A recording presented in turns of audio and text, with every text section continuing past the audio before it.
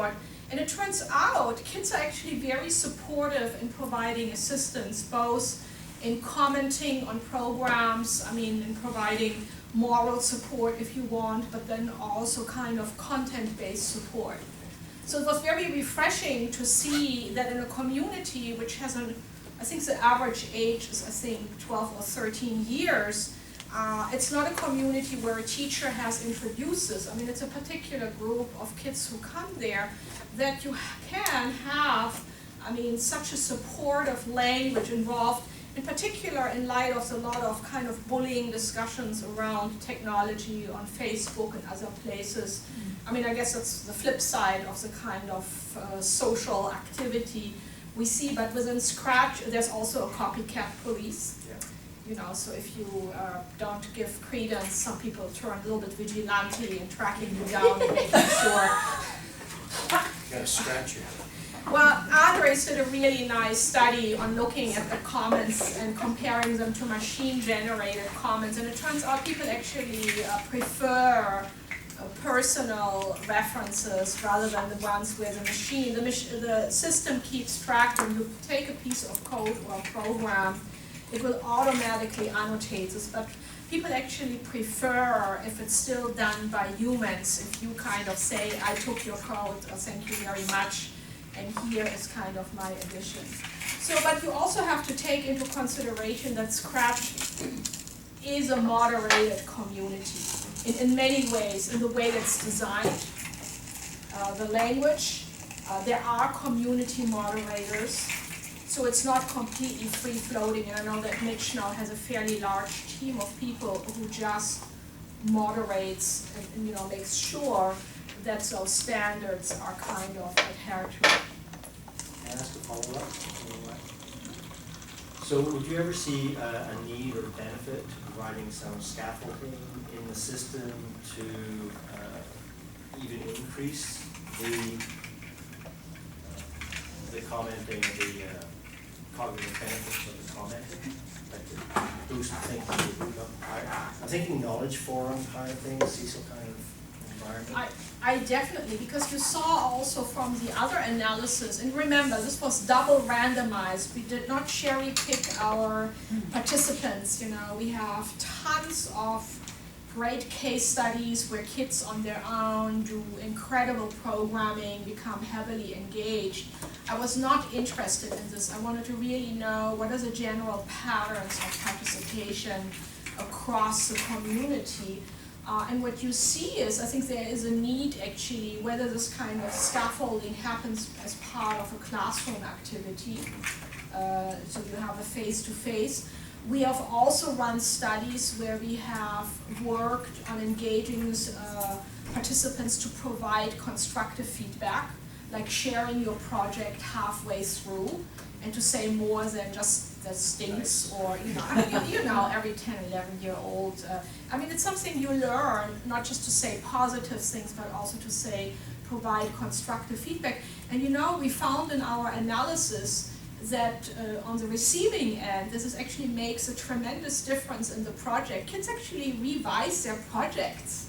And anybody who teaches writing knows, not just speaking from our own experience, how hard it is to revise, how hard it is to get kids as beginning writers to engage in revising, which I think is one of the key practices when you learn how to write. It's not just kind of producing text, but hey, you have to throw 50% away and kind of revise. So it turns out this is very important, and I can think, in the CISO Knowledge Forum works are really beautiful examples on how this has kind of done, with 2 classes or across the forum, that you could use some of these features. I'm pretty sure Mitchell is not going to implement them. Yeah, nor would Steven. But that's very much like remixing theories and remixing ideas. So the whole notion of remixing could be brought to Carl and Marlene, for example, around that. Because that's really what it is. Yes. You just orchestrate it. It's like a social engineering experiment. And Scratch in the design of the blocks, in the design of the commenting features, in the design of community policing, those are all elements of social engineering to provide scaffolds so that a community can function and that kids have some agencies. I think what we're very afraid, especially at this age, is how much agency can we give to kids. And what you have here is free-form commenting. You don't have a menu where you pull down from 5 choices, you know, rating school, this sucks or this is excellent. I mean, kids articulate their own language in many other online DIY sites. There's actually Sarah Grimes, who's at the University of Toronto with Debbie, did an extensive study, surveyed close to 120 kids DIY sites and found there's a lot of making, but there's very little sharing. And so this turns out to be, again, you know, I come back to the origins of scratching. The making, yes, but you need the sharing, you need the participation part to make it a really rich experience. And we need to help kids to get into those communities, and we need to help them to learn the skills to participate. You're not born, I mean, a programmer or a participant, especially not from the productive side. And I think that's where in school you can kind of play an important role in modeling this. Of course, you know, schools need to let you go onto the internet in order to make that. Yeah, that's right. Any other questions? Hi, I'm Abby. I'm really interested, I teach health and physical education. I'm really interested in how you see coding and gaming and the play aspect of this, helping kids become more physically literate with the wearable technology. Are you aware of what's out there, what's being done right now in that area? Yeah. The kinesthetic part of it, the moving and that is really very cool, and it gets kids moving without them knowing they're moving. No, I know there's a lot around, you know, what you can easily do, build sensing in, and it's actually one of the interesting pieces, because what you do in electronic textiles, it's a command language. Turn the light on or off, you know, that's not terribly interesting in terms of programming. But it gets more interesting when you build sensors, because you know, those materials turn out to be actually, you have to kind of build for intervals, so and then you have to build, you kind of get into more interesting programming when you work with sensors, you know. You don't even realize when you use products like the Wii on how carefully calibrated and designed they are. Whereas when you kind of design your own wearable controller, because everything goes haywire, and so you really have to learn. So I think those are great opportunities, whether you use, I mean, textiles, LilyPad or Arduino, to combine those two elements. Because they, again, also, remember the definition by Jeanette Wing, and thinking it was about designing systems and also incorporating human behavior, which kind of adds, you know, diversity. And from a programming side, when you design system, that also adds complexity when you have to account not just for a yes or no answer. The kids who designed the math games found that out immediately. They all think everybody understands their games and knows what to do. I mean, the first group of users comes after 6 weeks trying the game, nothing works, you know, there are no instructions, kids do all kinds, hits of all kinds of buttons. They begin to understand, you know, human-computer interaction to design this is fairly complex. So all the things you use every day, which, you know, guide you, you can design differently, and I think that's a real powerful aspect about it. Yeah. My name is Noah, I'm not educated here. Yeah. You had a slide up earlier with a graph of 4 different classes of users. Yeah. And to the lower class, I guess, neither of them did any Booleans. Yeah. But the high user did that most of all. I was wondering if you could speak to that. Well, we never talked to the, it's anonymized data from the back end, you know, when you do big data, I know everybody does big data, but the shortcoming is you never really know about the motivations.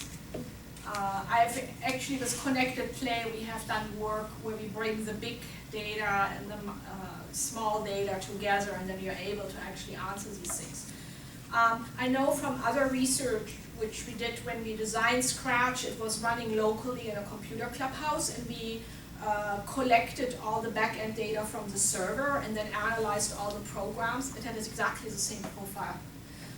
And I think in these choice communities, in these DIY communities, certain concepts are not automatically seeded and picked up, and they're just, they're not that intuitive.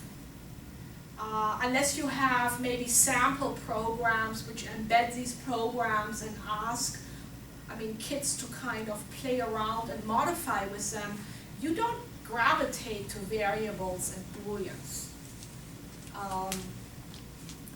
So we had like 600 projects which we analyzed, and we analyzed them over a 2-year time period. So there's a certain stability in knowledge. That's why you have the loops and conditionals. But the other pieces just don't enter. And again, this is my point. Certain things need instruction. And I guess this is also why I show the code.org video, because they always make it sound like the magic just comes and you learn programming. Mm-hmm. It doesn't. Mm-hmm. Certainly we know that from teaching language arts, we know this from teaching math and science. Certain concepts are not intuitive, they're counterintuitive. And we need to actually work very hard instructionally to figure out ways to make them accessible to kids. And I don't think it's any difference with coding. So there is a lot of rhetoric, and we see all those boy wonders, and people who my colleague Jane Margolis calls, had a lot of prep advantage. Actually, Chris, the basketball player from the Miami Heat, his mother is a software engineer. Where do you think he got all these ideas about? Bill Gates, his parents, bought him an Apple IIe. That was a fairly expensive machine to have at home. Most people didn't have home computers. Mark Zuckerberg had private tutors. It comes across like people just stumble into this, but it doesn't happen like this. And I think that's the most important part when we think about, making coding accessible to everyone. It doesn't happen. You're not born a computer scientist. It's hard work to learn these things. Like it is as hard work how to learn to read and write, how to learn mathematics and scientific inquiry. So it doesn't negate constructionism. It really just means that instructionism needs to be embedded within the constructionist environment, right? What would Seymour say, right? It'd be, I know Gary Stager would say, if you know Gary Stager, he would disagree with you probably on that. But he has very carefully crafted workshops. I don't even know what he wants. Even in the Minds and Play project, when we introduced kids to making games, there were critique sessions we had. They were scaffolded by the teacher. There was teacher support. We gave kids pieces of code. We did sessions around, we had tail recursion, which is actually a fairly complex concept. We didn't call it this way. When you have 3 answer choices and you never leave out. They didn't generate that code on their own. There's a lot of structure there. It's just not, but you also saw, I hope, from the few projects that there was a lot of personal expression. There were a lot of different games. The kids could kind of navigate the space of making games to teach about fractions. So to be in alignment with the curriculum they had in their math class, but they could kind of find personal contexts. And I think it's not just about the personal, it's also from a community perspective. If you have a class of 16 or 30 students who make different games, whether alone or in team, you see a certain diversity of approaches. I ran after Minds and Play because programming was out and games were definitely in the mid-90s a no-no topic in school, so I made it into simulations. And I worked in a laboratory school where I had the 3rd graders come twice to evaluate the software for 15 minutes. And then they knew the next year when they became 4th graders, they became part of the software team. The school had mixed grades, 2nd and 3rd, 4th and 5th. And then the fourth graders knew they would be working with fifth graders together on designing software. We had to seed the project once. We ran that for 4 years. And it was really amazing to see. This was a great example of apprenticeship, of legitimate peripheral participation, the 10-minute to you become an apprentice in a software team. But you knew in the coming year, you would be the leader in the team. And we actually compared at one time the class. We had 2 4th and 5th grade classes where in one team, the 5th graders had already done the software design project over a period of 3 months, and in another team where everybody was new. And what was the most interesting, in the teams where everybody was new, the 5th grader took everything over. They hovered over those 4th graders and didn't let them do anything. And we know now why this is very detrimental. I mean, people actually say you learn from your mistakes. You know, people call it productive failure. They didn't give the 4th graders any opportunity for productive failure because they were afraid. On the other hand, the 5th grader who had done the project once, they did the kind of periodic monitoring. And they also gave equitable time, which means they gave more time at the computer because each team of 4 students had only 1 computer. Those were the days before there were laptops. And they gave more time to the 4th graders to work on their part of the software. So, you know, very different social structures, which the kids informally adopted. It also made a big difference for the teacher to run a classroom where half of the students already had gone through a software design project, which took about 10 weeks, probably around 30 to 40 hours. She just needed to say it's planning time, and those 5th graders whipped those 4th graders into shape and said, okay, now you need to pull out the planning board, we need to work this. You can't do this, I know this takes too much time, I tried it last year, it didn't work. And that gave the teacher more room to focus on individual students or teams or to do, some of the kind of social engineering you have to do because teamwork is hard. Kids go on strike because they don't want to work on the team. They write 1-page letters on why impossibly they cannot work with these students, and so I think there is a lot, coming back to Peter's question about the instructional support.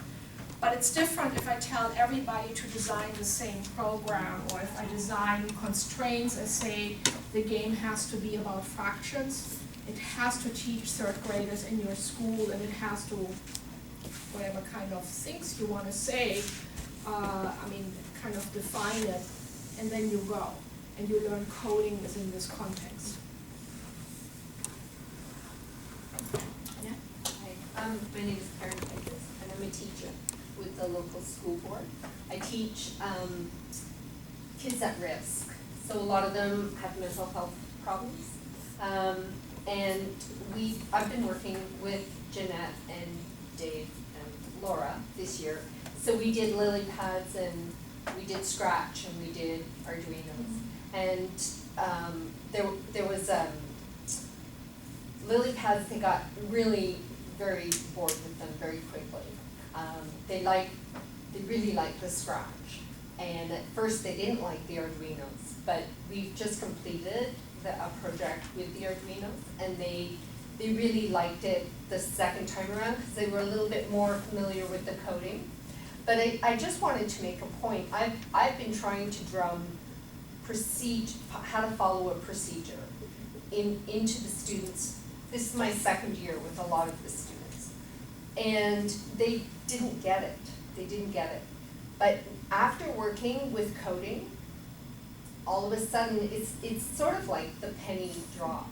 So it spills out over into other academic areas, because now they understand following a procedure, because it was explained to them you have to really be specific with the computer. And they saw if they weren't specific, then something wouldn't work.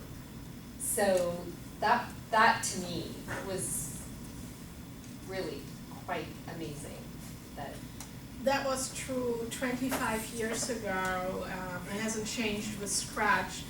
And I think it's everybody's experience when we teach electronic textiles, you know, we do first just simple circuits because kids need to learn how to stitch, and then all the particularities, you know, you can't have, I mean, conductive thread cross because it's shorts, you can't, I mean, stitch, I mean, through the switches, which everybody does, and even, you know, making a knot is a major affair, let alone threading the needle.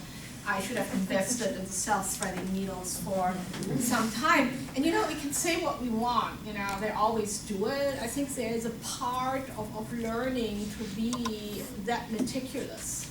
And you're being called on. I mean, when you work with coding, you know, it really matters. There's very little room for error. Whereas in writing, hey, you can just write something else, you know, you become really, I mean, detailed in your writing. It requires also a lot of discipline. It's just more easy to kind of, the boundaries aren't as hard. So I think for that reason also, it's very interesting, you know, to bring this as another context, as another language. Not that I'm advocating that coding takes on foreign language requirement, which in all this craziness, some people thinking that programming languages are real languages, but I mean, they're designed languages, not human living languages. But I think we also, this electronic textiles, need to learn on how to introduce them. It took me the first project 7 years ago. I think we spent just 2 hours on stitching a circuit. I have even the chair of computer science from Penn come, and she said, what is this? Now I can do this in 10 minutes, and I get everybody to kind of do this and make art. We need to develop instructional strategies. And you know, compared to Lego Mindstorms, which you buy in a box where a multi-billion company has invested, I don't know how many resources in getting this product shelf ready. The LilyPad Arduino or Arduino Open Heart software is not an educational design. I mean, LilyPad already has a layer on the Arduino which is not designed for an engineer, it's designed for sewing. You know, it has the holes, it also makes certain things for the sewing easy, but it's not on the level of Lego Mindstorms because we don't have the experience, we don't have the same kind of resources that a company like Lego could muster, and they have like 15 years ahead of us. I mean, in the early 90s, that's when the first Lego logo prototypes were developed. So you're talking, I mean, a quarter century where Lego Mindstorms is now. You go into Target or into Amazon Prime and have it shipped to you within 2 days for free. You get a box, you put all the pieces together. But I think there's also something beautiful about a certain roughness. I mean, Leah makes an argument, you know, for transparency, that you understand where the circuit is when you press, like Peter's doing now, his iPhone, you know, what the switch is behind, on how that's designed. Because we don't see that anymore. It's kind of completely many layers removed. And so why not have technology experiences where, I mean, scratch coding is great, you know, I find it so easy, there's no material stuff involved. I now have a whole lab with all the crap leftovers from years of doing these projects. So why not have those experiences too? Rather than to say, let's get rid of everything. Make that part of the progress, of the process. Yeah? One of my big concerns over many years of doing this, as Peter knows, is we're still not getting the girls in a lot of our programs. Sorry, I'm Sheila Rhodes, I'm the instructor here. I also run a summer camp program with Lego Robotics, and we're doing a STEM camp. STEAM camp? STEAM, yeah. I know, I keep getting asked what that means. Anyway, and we still have the issue of not getting girls coming to our programs, and I'm wondering whether in some of your research you're seeing has been any shift, any change with respect to how, you know, and as educators, what can we do to make sure that those girls are getting, I'm not going to say the same opportunities because they have the opportunities, but they don't want to go into it. Like I see it, my younger camps, I get probably an equal number of girls and boys, but by the time they're 9, Like some of my camps are, like, they're full at 40, and I look at the registration, all boys. Well, I hate to disappoint you, I have the same experience, and I'm kind of shocked when I offer like game design courses. I ask students to participate in the STEM National Video Game Challenge. I had only boys sign up. So, and I thought this can't be possible in this day and age, because we know that actually women and girls are now the largest group of gamers. I mean, it hasn't kind of made into some people's head, that gaming has changed. So what we actually did, I brought in all my female students and had them go around. We talked with the teacher from Jane Margolis and other projects, Unlocking the Clubhouse and Towards the Shallow End. We know that personal invitation does make a big difference. Many girls actually think this is not for them, and then they don't want to try out. And I've actually gotten around to offer girls only stuff. Even though in all the electronic textile class, because I work a lot in public schools, I have half boys. And you know what? They're actually most proud of their crafting and sewing in the end and not the coding. It's just like, even though they first say, oh, sewing is a ladies' sport, and I said, will you shut up? This is not. So it is so deeply ingrained, even with sewing. I went to school, I had crafts for 7 years, but that's not the case anymore. Neither the girls nor the boys can sew, but it's so deeply ingrained in our culture that this is something which women do. And that the other thing is that the coding is a mind work, or mental work, as somebody said to me recently, that's a hard work.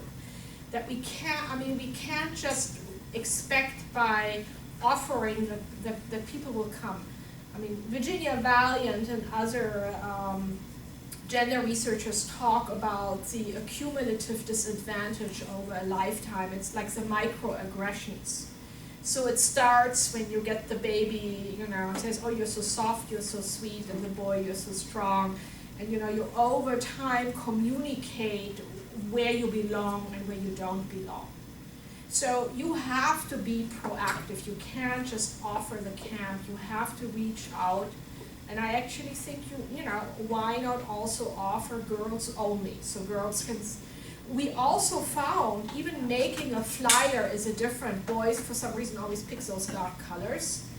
So how you promote makes a big difference on who you talk to. What people think is of interest to them. How do we get that across to teachers in the school when in the elementary school our teachers at the elementary level don't have a science background and they themselves feel they can't do it? So if they feel they can't do it, then it's really hard for them to try and encourage their students to do it, and then to encourage their students to do it. And most of the elementary teachers are women without that background and without the comfort level. Work with the libraries. In Philadelphia, to my great surprise, they were not even part of the initial grant. The librarians, they're all women. They're the biggest e-textilers in the whole city because they do all crafting, and for some reason they're all very curious people, and they all come to the workshops and bring these things. And now in Philadelphia, you won't believe this. You have people everywhere doing electronic textiles. And so I think we have to because those are great contact points, and you need to make the first investment to seed. So then you have a group of girls who come and then can become your spokesperson to recruit their friends. There is no other way. It won't magically happen. I was just interested in, you were talking about marketing, and I noticed with one of your slides, and even with the lily pad stuff, it seems to, background marketing seems to use stereotypically female colors, pinks, pastels, and so in that sense, I hear you saying, it has to be gender neutral and you have to bring boys into it. I don't say gender neutral. No, okay, well, it needs to be something that both sexes engage in equally and don't feel like it's a gendered activity per se. That's what I understand of it. Is that correct? You can do both. I'm not a designer, but I know when I often ask guys to design it, I get something dark and hard technology, and you can pick different examples, and I think they immediately speak to a different audience. I think there's a lot of research in computer science education which talks about broadening perspectives. I mean, perspectives of who computer scientists are, of what computing is, and we have a lot of work to do. You know, again, it's not all games and robotics. You know, I'm it's just the stuff you wear on your wrists. I mean, it's in your